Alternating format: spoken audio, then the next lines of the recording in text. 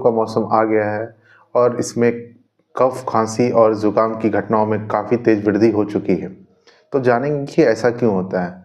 इसका सबसे बड़ा कारण है ठंडी हवाएं, जो कि हमारे श्वसन नली के रास्तों को सूखा कर देती है, जिससे कि ये वायरल इन्फेक्शन के लिए बहुत ज़्यादा ससेप्टेबल हो जाता है।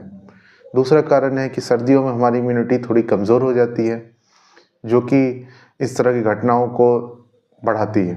तो क्या करें बचाव के लिए? हमें गर्म कपड़े पहनना चाहिए और जो सांस की नली को ढकने के लिए मास्क या गमछा या मफलर का यूज़ करें।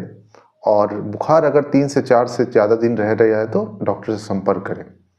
धन्यवाद।